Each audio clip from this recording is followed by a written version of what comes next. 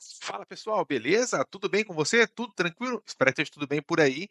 Vamos hoje falar aqui um pouquinho mais sobre o Habitat Recebíveis.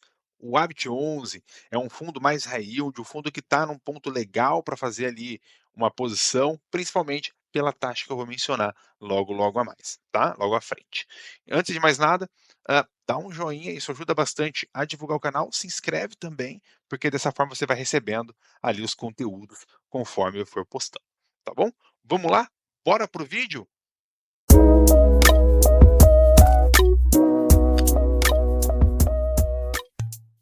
Um fundo imobiliário é a gente entender se a gente está buscando um high yield, que é um dividendo mais alto, um mid grade, que é um dividendo moderado, né, nem tão alto, mas nem tão baixo, ou um high grade, que é basicamente um fundo que vai ter um menor dividendo em relação aos esses high yields, mas ao mesmo tempo traz mais segurança. Isso é bem importante frisar, beleza, pessoal? Então, vamos lá. Quando a gente olha para essa questão do high yield, né, a gente já enxerga aqui, ó, o desempenho da carteira de recebíveis serve como garantias, tal, beleza. Com inadimplência média da carteira de 14% praticamente. Então, a inadimplência ela bate mais nesses fundos. Então, isso é bem importante entender. Quando a inadimplência bate mais nos fundos, automaticamente tem que ter um prêmio ali para fazer essa entrada. E tem que ter uma rentabilidade também que seja muito atrativa, né? Então, isso é bem importante entender para poder compreender um pouco mais o que eu vou mencionar ali à frente. Quando a gente olha o a estratégia de alocação do ativo, no que eles focam basicamente? É focar em investir 81% no core business deles, 13% em tática e 5% em liquidez. Então, se eles estão focando 81% no core, vamos entender um pouquinho mais o que é esse core business. Então, eles vão focar basicamente em CRIs com risco pulverizado. Tá? Esse é basicamente a ideia deles. Loteamentos, condomínios, multipropriedades, então muito mais ali focado nessa pulverização de ativos. Então, loteamento vai ter vários imóveis ali dentro, condomínio vai ter vários imóveis, multipropriedade, várias pessoas comprando. Então, a inadimplência acaba sendo um pouco mais controlada dentro desse setor. Já no tático, eles vão buscar um pouco mais de concentração dentro de um risco. Tá? Então, essa concentração faz com que você tenha um spread maior, uma taxa maior, mas ao mesmo tempo você tenha mais risco de inadimplência ali dentro. É um emprestando para uma pessoa só, para um CNPJ apenas. E a liquidez, basicamente, que é para ter o recurso ali disponível para um momento de oportunidade, para uma questão também de liquidez para se caso surgir algum imprevisto. Beleza? Então vamos lá entender um pouquinho mais como é que está esse ativo hoje.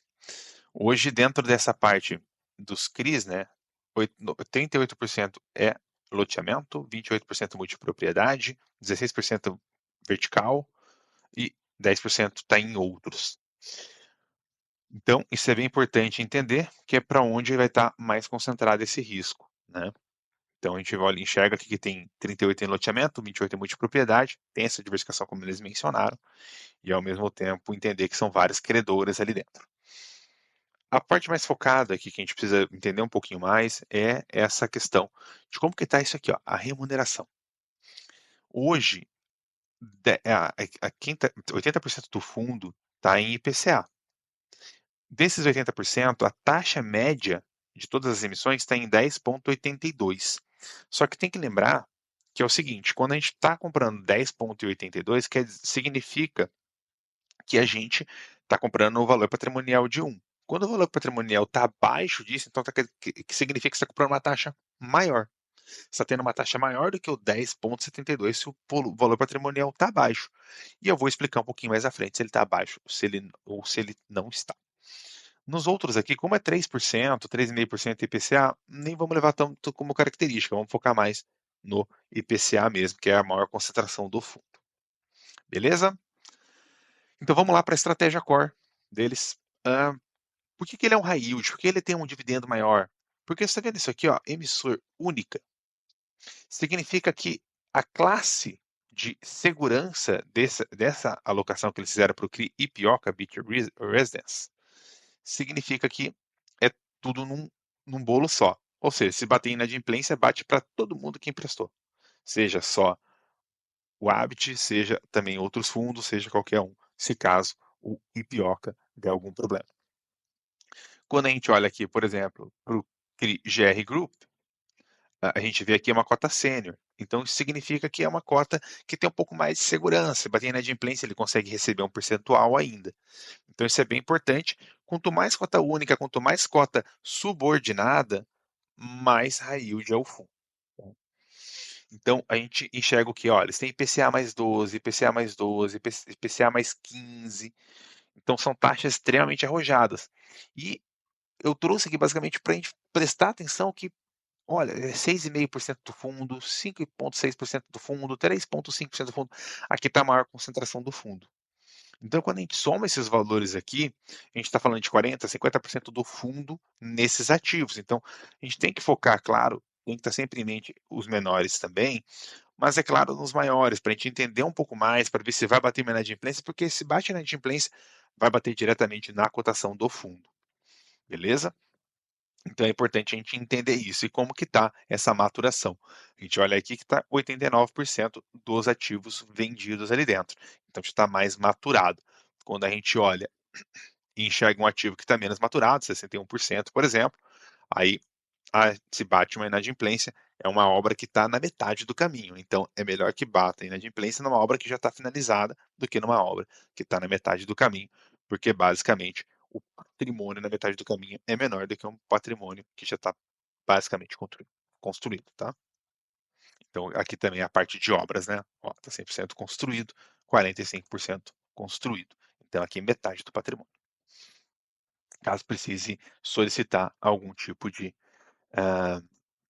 juridicamente uma recuperação judicial.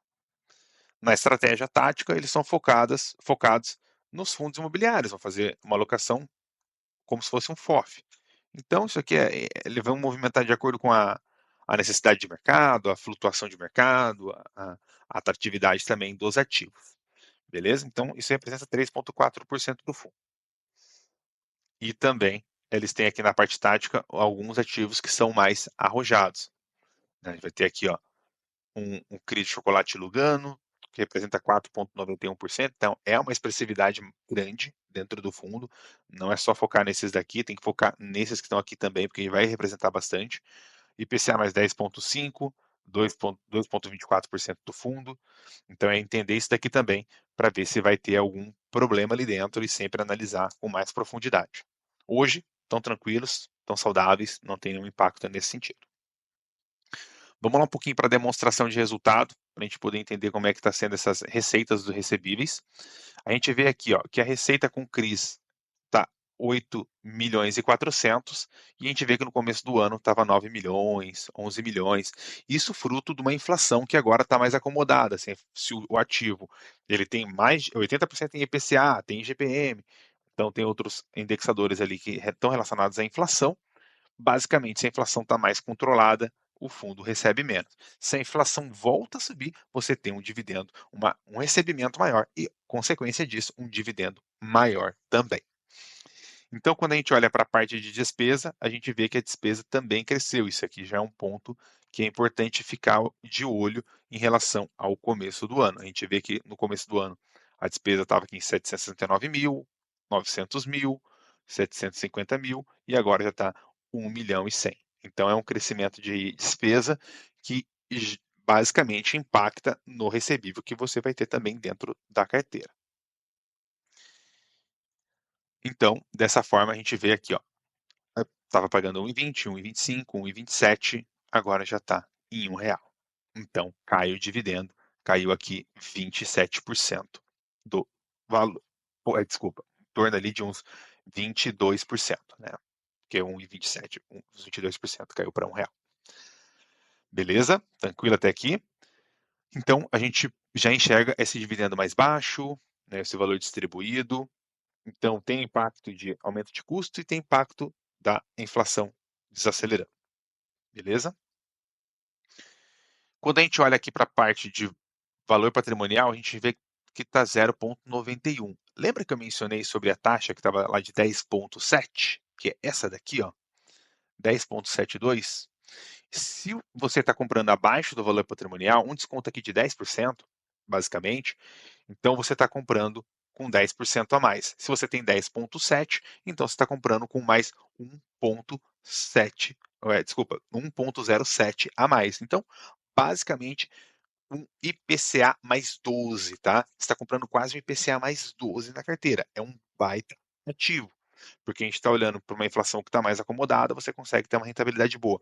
Se a inflação volta a subir, virar ali seus 6%, você vai ter basicamente 18%. Isso no valor, sem descontar a taxa de administração, tá bom?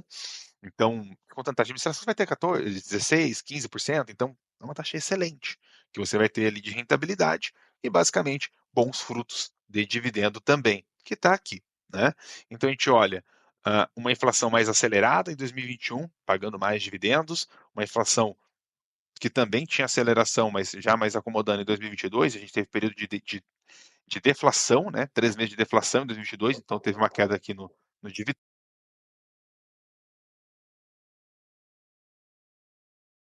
Esse dividendo, a gente já percebe que aqui ele já está mais, mais acomodado, né? Muito disso por causa de uma inflação mais acomodada também, beleza? E quando a gente olha historicamente esse fundo, né? A gente vê aqui o CDI, o IPCA, né? Contra o Habitat 11. Então a gente vê aqui que está com 66,52%, bem acima do IPCA e bem acima do CDI. É claro que a gente pode olhar, né, comparar com o próprio FIX, comparar com IMAB, mas é importante cada um ter sua referência, aquilo que está buscando e ter como a correlação ali dentro, tá bom? Então, basicamente, ele está entregando mais do que o CDI, mais que o IPCA desde 2019. Beleza, pessoal? Espero que vocês tenham gostado do vídeo, espero que esteja gostando bastante. Dá um joinha, compartilha com seus amigos também, isso ajuda bastante o canal. E até a próxima. Valeu!